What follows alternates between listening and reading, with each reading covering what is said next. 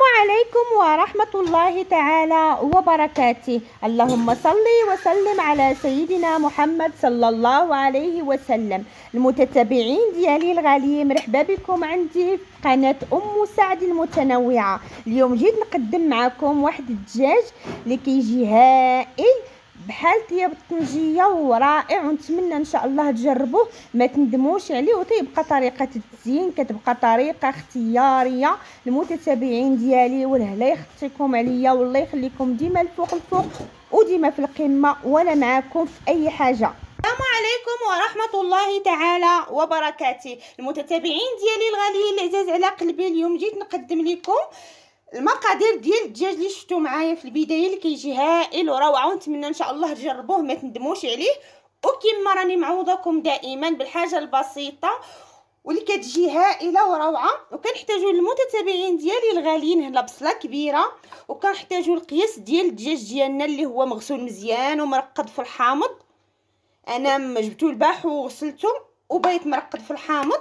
وكنحتاج التوابل كما كتشوفوا معايا المتتبعين ديالي الغاليين، معلقه صغيره ديال السمن، نص معلقه ديال البزار، نص معلقه ديال الكمونه، ونص معلقه ديال السكينجبير، وضامه ديال الزعفران، اللي عنده الزعفران الحر يديرو، ومصيره المتتبعين ديالي الغاليين، ونص معلقه ديال القزبور اليابس، ونص معلقه ديال الثومه بودره.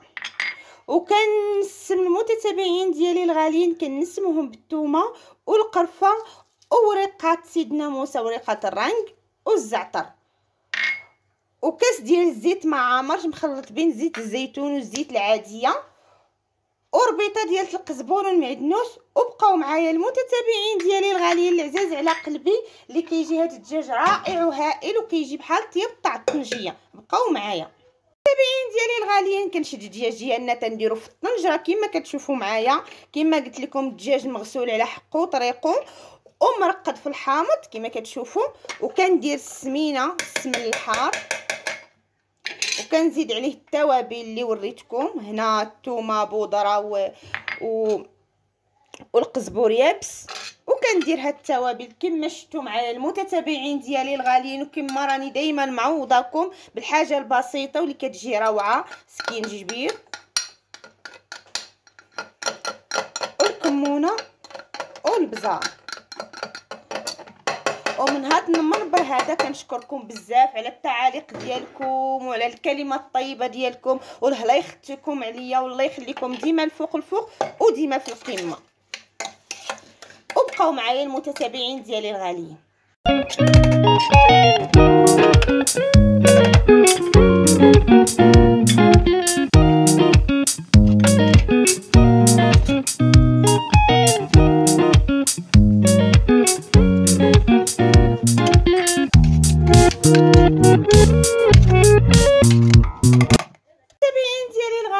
بعد ما شفتوا درت التوابل والبصيله وخليتهم يرقد واحد شويه، كندير المتتبعين ديالي الغاليين هاد الربيطه ديال القزبور كنديرهم في الطنجره ديالنا. هنا تحرقات لي، هذا راه ماشي وسخ، هذا راه غير تحرقات لي المتتبعين ديالي الغاليين كما كتشوفوا معايا.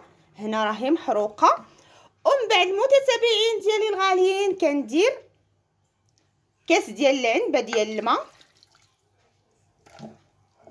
كندير كاس ونص. ما كنشحر لا والو المتتبعين ديالي الغاليين، كندير بحال شكل الطنجيه. هانتوما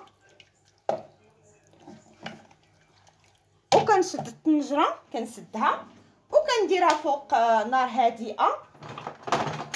بعد ما كيطيب المتتبعين ديالي الغاليين كتخضروا باش ما بغيتو، يا بالفريت يا اللي حبيتو، ولكن كيجي واحد الدجاج منسم وهائل، ونتمنى ان شاء الله تجربوه ما تندموش عليه. وكنديروا فوق النار الهادئه، كندير الصفاره ديالنا.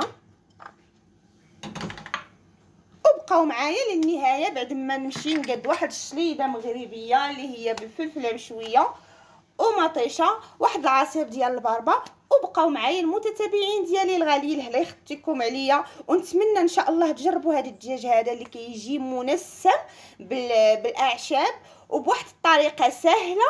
المهم يكون مغسول مزيان ومحيده منه الزفوريه ورقد في الحامض، كيجي هائل هائل. وانا راه ما درتش الملحه لان عندي السمن الحار مالح، وعندي المصير مالح، وعندي ضامه ديال الزعفران حتى هي مالحه، وتيبقى الملحه اختياريه.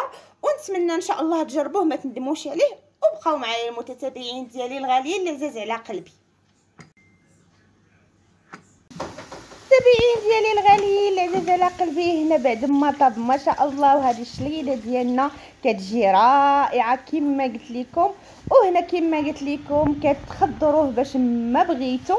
وانا درت الفلفله حلوه شويتها غسلتها كتجي رائعه. وهذه الشليله ديالنا المغربيه الرائعه، كيجي هذا الدجاج هائل ومعلب وغزال ما شاء الله. ونتمنى ان شاء الله تجربوه ما تندموش عليه المتتابعين ديالي الغاليين.